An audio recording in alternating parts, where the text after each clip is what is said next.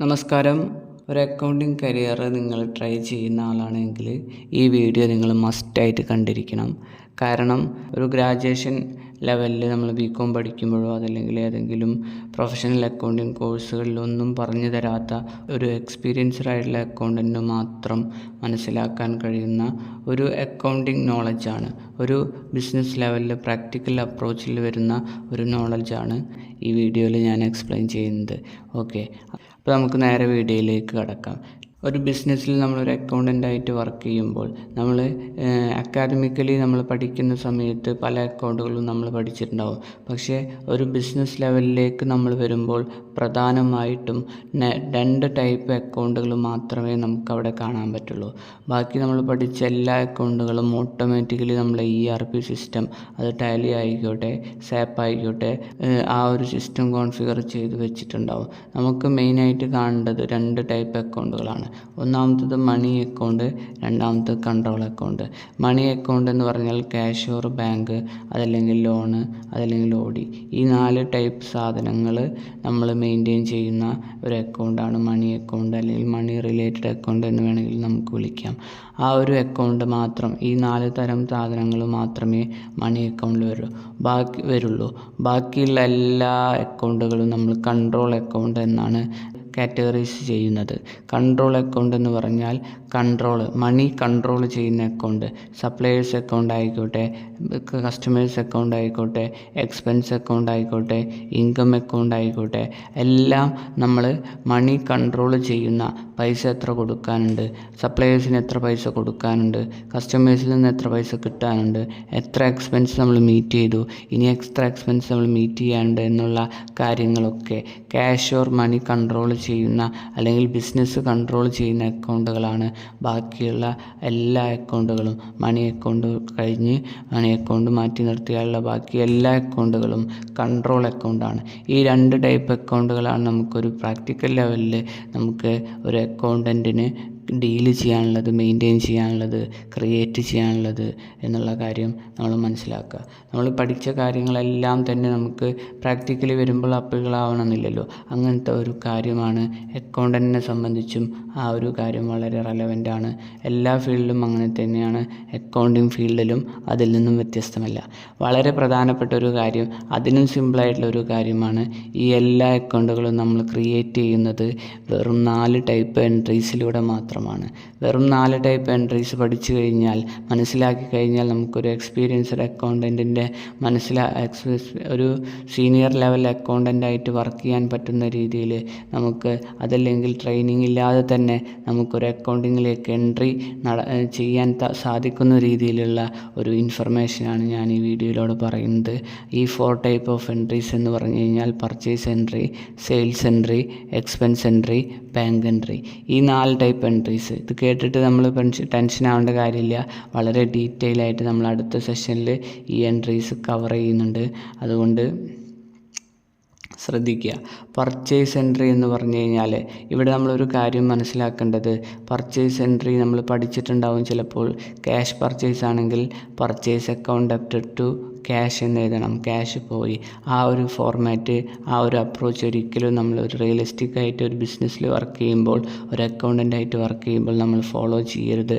കാരണം ഡാറ്റ എന്നുള്ളത് വളരെ ഇമ്പോർട്ടൻ്റ് ആണ് ബിസിനസ്സിനെ സംബന്ധിച്ച്. അതുകൊണ്ട് അറ്റൻഷൻ ടു ഡീറ്റെയിൽ എന്ന് പറയുന്ന ഒരു കാര്യം നമ്മൾ മെയിൻറ്റെയിൻ ചെയ്യണം.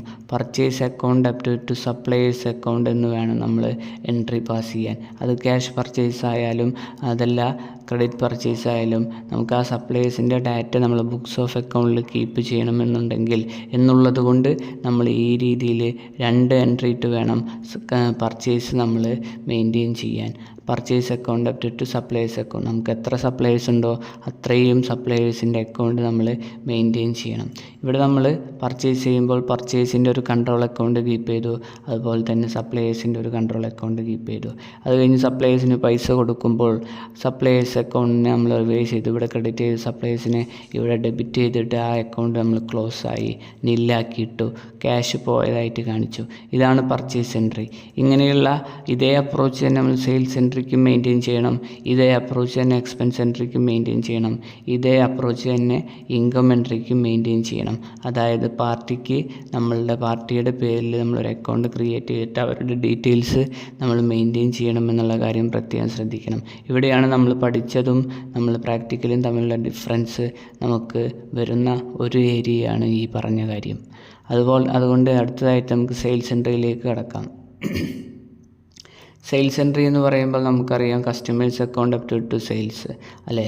സെയിൽസിന് നമ്മൾ ക്രെഡിറ്റ് ചെയ്തു, നമ്മുടെ ഇൻകമാണ് സെയിൽസ്. കസ്റ്റമേഴ്സിൻ്റെ ഒരു കൺട്രോൾ അക്കൗണ്ട് കീപ്പ് ചെയ്തു, സെയിൽസിൻ്റെ ഒരു കൺട്രോൾ അക്കൗണ്ട് കീപ്പ് ചെയ്തു.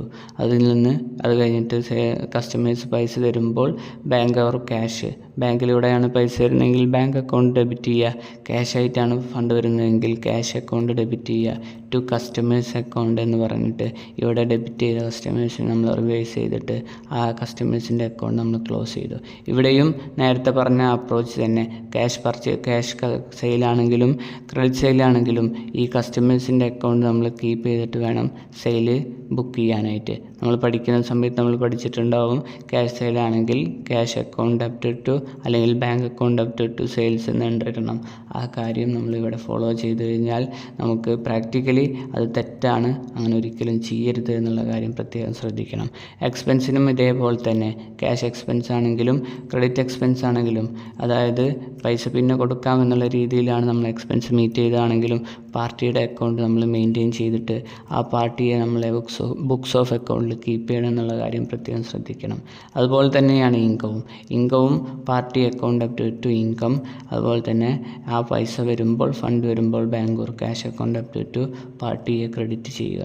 ഇങ്ങനെ നമ്മൾ ഈ 4 ടൈപ്പ് എൻട്രീസിലൂടെ നമ്മൾ ബുക്സ് ഓഫ് അക്കൗണ്ട് മെയിൻറ്റെയിൻ ചെയ്ത് കഴിഞ്ഞാൽ നമുക്കൊരു ബിസിനസ്സിലൊരു അക്കൗണ്ടൻ്റായിട്ട് വർക്ക് ചെയ്യാൻ ഇത്രയും കാര്യങ്ങൾ, ഒരു 90% കാര്യങ്ങൾ, ഇത്രയും കാര്യങ്ങൾ അറിഞ്ഞാൽ തന്നെ ഒരു 90 അല്ലെങ്കിൽ ഒരു 80% ആയി. ബാക്കി 20% മാത്രമാണ് ബാക്കിയുള്ള കാര്യങ്ങളിലേക്ക്. കാരണം ഇത്രയും എൻട്രീസാണ് കൂടുതലായിട്ടും വരുന്നത്. ഇത് റിപ്പിറ്റേറ്റീവ് നേച്ചറുള്ള സാധനങ്ങളാണ്. ഇതാണ് 80% കാര്യങ്ങളും ഇതാണ്. ബാക്കി 20% ആണ് ബാക്കി മിസ്ലേനിയസ് ആയിട്ടുള്ള അഡ്വാൻസ്ഡ് ആയിട്ടുള്ള കാര്യങ്ങൾ. ആ അഡ്വാൻസ്ഡ് ആയിട്ടുള്ള കാര്യങ്ങളും കൂടി പഠിച്ചു കഴിഞ്ഞാൽ നമുക്കൊരു അക്കൗണ്ടൻ്റായിട്ട് വർക്ക് ചെയ്യാനുള്ള രീതിയിൽ നമുക്കൊരു ബിസിനസ്സിലേക്ക് നമുക്ക് എൻട്രി കിട്ടും എന്നുള്ള കാര്യം ആണ് ഞാൻ ഈ വീഡിയോയിൽ പറയാൻ ഉദ്ദേശിച്ചത്. ഓക്കെ, അപ്പോൾ നിങ്ങൾക്ക് ഈ വീഡിയോ ഇഷ്ടപ്പെട്ട നിങ്ങളുടെ ഉപദേശം, നിങ്ങൾ വിലപ്പെട്ട അഭിപ്രായം കമൻ്റായിട്ട് രേഖപ്പെടുത്തുക. അതുപോലെ തന്നെ ഇഷ്ടപ്പെട്ടാൽ ലൈക്ക് ചെയ്യുക. പുതിയ അക്കൗണ്ടിങ് അപ്ഡേറ്റ്സിന് വേണ്ടിയിട്ട് എപ്പോഴും സബ്സ്ക്രൈബ് ചെയ്യുക.